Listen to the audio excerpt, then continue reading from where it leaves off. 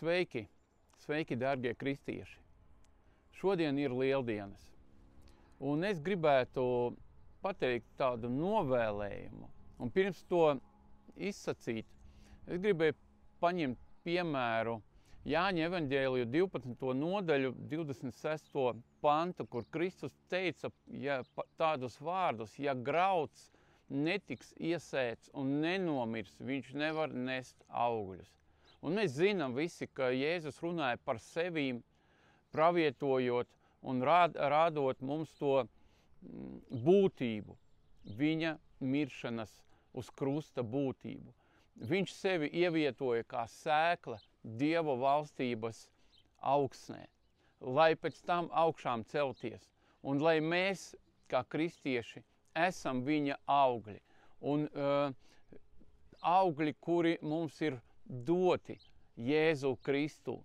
Tie augļi, tā mūžīgā dzīvība, tie, ko deva Kristus, tie augļi, mūsu uzplaukums, mūsu veiksme, mūsu iekšējā pilnība, mūsu ārējā cilvēki, ar kuriem mēs sastopamies mūsu dzīvē un kuri formē mūsu apkārtni, kur brīnišķīgi cilvēki. Manā dzīvē apkārt ir brīnišķīgi cilvēki. Jā, visi ar saviem raksturiem, bet viņi ir brīnišķīgi Dievu mīlošie cilvēki.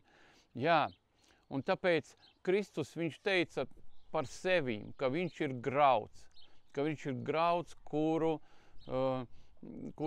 viņš sev ievieto, atkārtošos, ievieto augsnē. Tā augsne bija tas krusts, un pēc tam tā augsne tas bija augšām celšanas spēks un tā tālāk. Ja? Un tie kristieši, kuri uzskata sevi par Jēzus Kristus mācekļiem, jo ir citi, visādi ir, ja? Bet tie, kuri ir mācekļi, ja tu esi māceklis, tad paklausies, lūdzu. Ir Marka evaņģēlijas 4. nodaļa, 14. 15. pāns, kur citējot Jēzu Kristu, tur ir tāds moments, ja, ka ir cilvēki, kuri sevi ievieto augsnē, kur ir cilvēki kā sēkla, kā grauds, kuri sevi ievieto Dieva valstības augsnē. Tur ir stāstīts par to, ka tie cilvēki kā sēkla, viņi var dažādās augsnēs ievietot, ja? Bet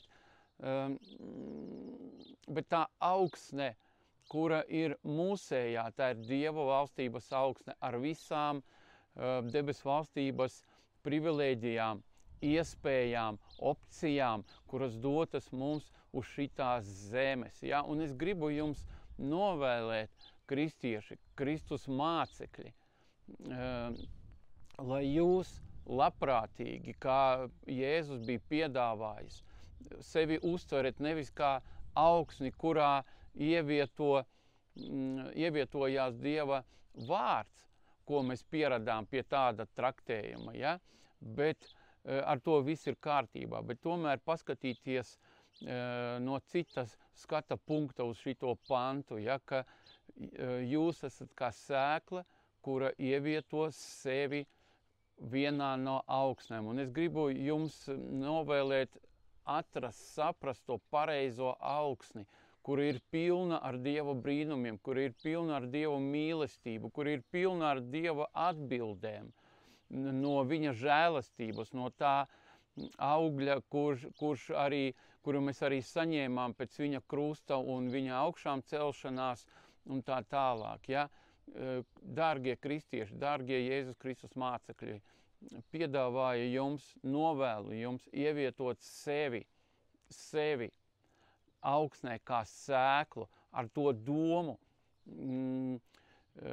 lai saprotiet pareizi, ja ar to domu, es kā krievs mēģināšu korekti pateikt latviski, ja, ar domu, lai nomirst. Viss, kas nepiedar, viss, kas nevar ieiet Dieva valstībā, lai nomirst. Un īpaši tagad šitajos lieldienas svētkos man liekas, ir vieglāk un aktuālāk to visu uztvert, ja? Saprast, kad mēs varam tās paralēlis nozīmēt priekš sevīm, ja? Ka Jēzus tā darīja, viņš iegāja Dievu valstībās augsnē, lai auguļot pilnā mērā priekš mums, un lai mēs kā viņu sekotāji, kā viņu mācekļi, mēs varētu ievietot sevi arī Dieva valstības augsnē, kā savā laikā arī apostolis Pāvils teica, ka jau ne es dzīvoju, bet dzīvo manī Kristus. Un tas novēlējums, ievietojot sevi, tas nav viegls ceļš, vispār sekošana Jēzum Kristum nav viegls ceļš, bet lai tas galvenais auglis ir, lai cilvēki, kuri apkārt jums, vairāk nevar atšķirt jūs no Jēzu Kristu, lai jūs domājat, kā Jēzus Kristus, lai jūs rīkojaties, lai jums ir tas spēks, augšam celšanas spēks pašos sevī, jūsos, jo jūsos iekšā mājo Svētais Gars. Jūs esat piedzimuši no augšienes. Un tas Svētā Gara spēks, viņš vēlēts ar jums izpausties šitai pasaulē, mīlot viņu, dziedinot viņu, nesot viņai uzplaukumu, nesot viņai atmodu.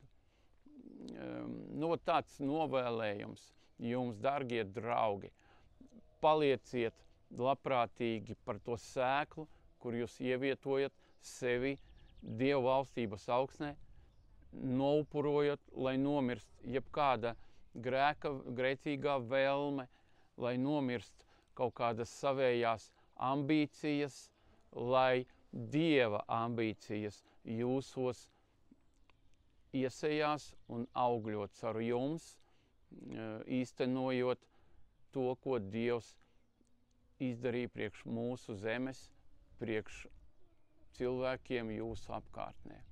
Paldies! Atā!